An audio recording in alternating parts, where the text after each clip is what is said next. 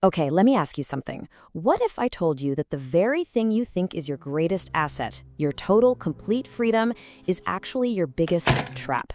I'm talking about the freedom to connect with anyone, anytime, to look up anything, instantly. What if that is the one thing preventing you from ever truly mastering anything? To gain everything, you must first be willing to give up the world for a while. Think about that for a second.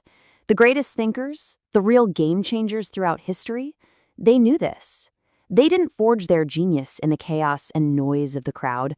No, they built it in the quiet. They chose to vanish. So let's break this down. This freedom paradox. Look, we're all swimming in this massive ocean of information, right? We have access to everything. But are we really swimming? Or are we just drowning in the shallow end? All those pings, those notifications, the constant buzz from a dozen different apps, it's like a low-grade static that's always on, making any kind of deep, focused thought pretty much impossible. And this isn't just a feeling, There's actual science here. Get this. Research shows it takes your brain almost 23 minutes, 23, to get back into a state of deep focus after just one tiny interruption. Just one text message, one little notification pop-up, 23 minutes, gone. So let's be real. If you're glancing at your phone every few minutes, and we all do it, it means you are never operating at 100%, not even for a second. You're living your entire life in the shallow end of your own mind, just splashing around where it's safe, completely unaware of the incredible depths you could be exploring. It really boils down to a choice between two ways of being. You've got the shallow mind, which is always on, always distracted, always just consuming. And then you have the deep mind. This one isn't found, it's built. It's cultivated in deliberate, intentional silence. And this is the mind that doesn't just consume, it creates.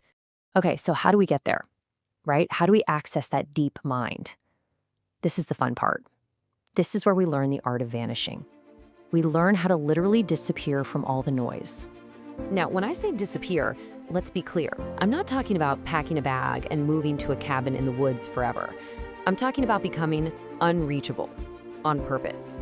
For a little while, no phone, no social media, no random browsing.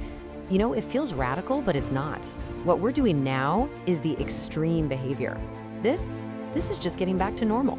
And when you actually do this, something amazing happens. At first, yeah, you're gonna feel that twitch, that little itch to check your phone. But if you push through it, it fades. And what's left on the other side of that quiet? It's a version of you that is sharper, calmer, and way more capable than you thought. But look, just being quiet isn't the whole story. To really ignite your learning, you have to change why you're doing it in the first place. Are you just collecting facts like little trophies to put on a shelf?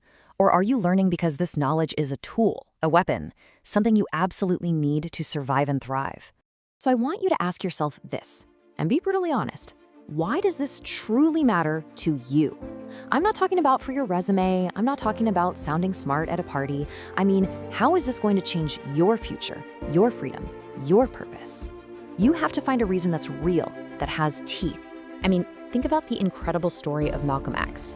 He was in prison and he copied the entire dictionary by hand. Why? Not for a grade, not because a teacher told him to. He did it because he had a desperate, burning need to express the thoughts that were raging inside him. He refused to remain powerless just because he didn't have the words. That's what you need to find. Find your desperation.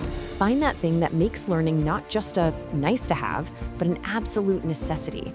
Because I promise you, that fire inside you will push you further and faster than any fancy course or syllabus ever could. All right, let's talk about the power of less, because we need to bust the biggest myth of the information age, and that myth is that more access equals more learning. It's a lie. It doesn't. It just means more scrolling, more skimming, and honestly, more forgetting.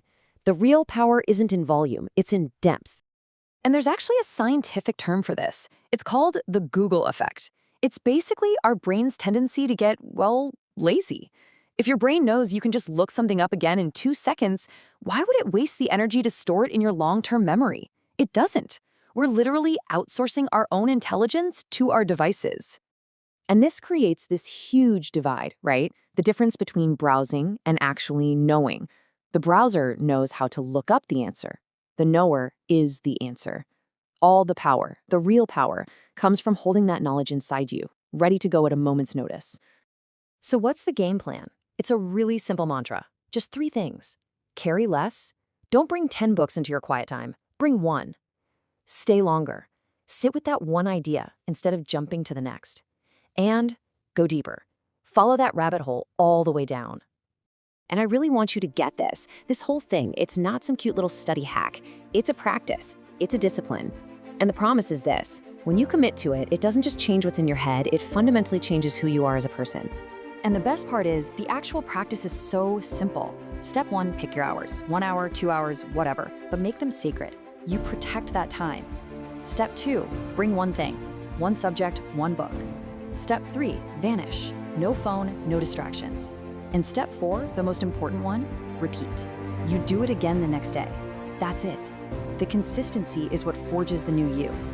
Because I'm telling you, this practice, this act of disappearing, it builds someone the world just wasn't expecting.